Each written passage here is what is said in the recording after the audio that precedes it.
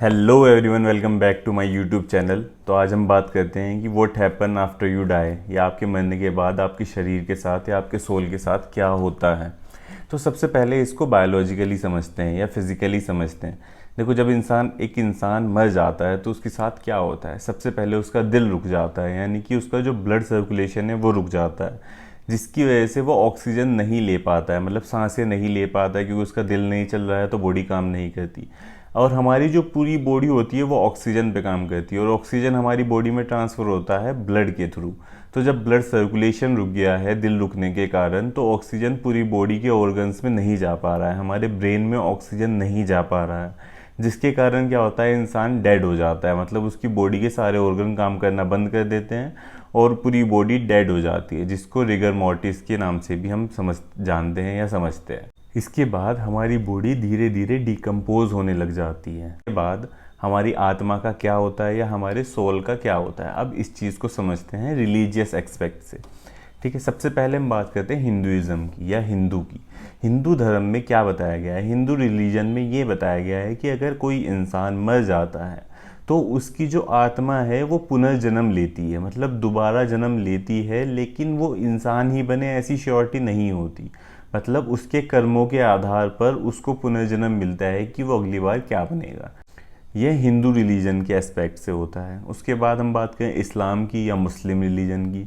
मुस्लिम religion में पुनर्जन्म नहीं होता है। मुस्लिम रिलीजन के अनुसार अगर किसी इंसान ने अच्छे कर्म किए हैं या अच्छे काम उसने अपने जीवन में जीते जी किए हैं, तो उसको या तो जन्नत मिलेगी या जहन्नम मिलेगी। मतलब या तो उसको हेल मिलेगी या हेवन मिलेगी, ये दोनों उसके कर्मों पर डिपेंड करते हैं।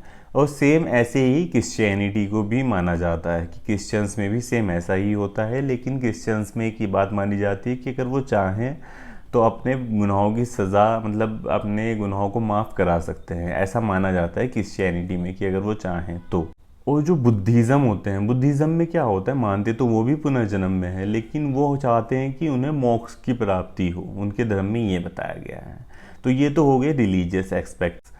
अब हम बात करते हैं साइंटिफिक पर्सपेक्टिव की। साइंस के हिसाब से हमारी सोल या हमारे आत्मा के साथ क्या होता है और क्या इस चीज़ से हम समझ सकते हैं। अकॉर्डिंग टू साइंस, साइंस के पर्सपेक्टिव से ऐसा कुछ भी नहीं होता है कि आफ्टर डेथ भी कोई लाइफ होती है, कोई लाइफ एग्जिस्ट करती है या पुनर्जन्म भी होता है। साइंस इस चीज़ को नहीं मानता, डिनाई करता है। लेकिन साइंस में एक चीज़ और बताई गई है, जिन लोगों ने, मतलब चुनिंदा लोग ऐसे हैं इस दुनिया में जिन्होंने नियर डेथ एक्सपीरियंस किया है, NDES।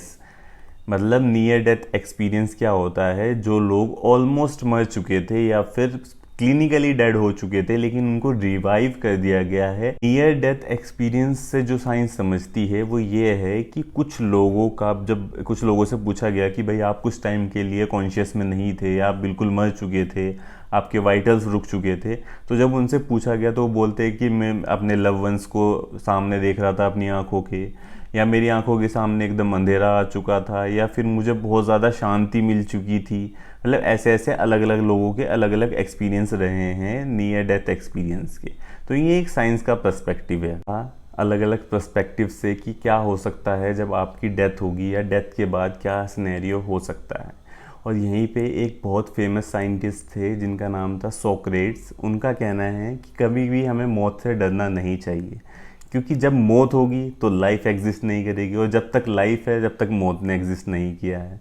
तो इसलिए कभी ज़िंदगी में मौत के बारे में लेके डरना नहीं चाहिए। उन्होंने ये भी कहा है कि अगर ज़िंदगी के बाद भी कोई ज़िंदगी होगी, मतलब हमारे मरने के बाद अगर पुनर्जन्म होगा तो एक नया एक्सपीरियंस होगा, और कुछ नहीं होगा तो एक अच्छी नींद होगी। तो उनका ये भी कहना है। तो आप अपने पर्सपेक्टिव से बताइए कि आपको क्या लगता है कि मरने के बाद इंसान के साथ क्या हो सकता है और क्या होता है। कमेंट्स करके ज़रूर बताना। आज की वीडियो के लिए इतना ही। Thank you.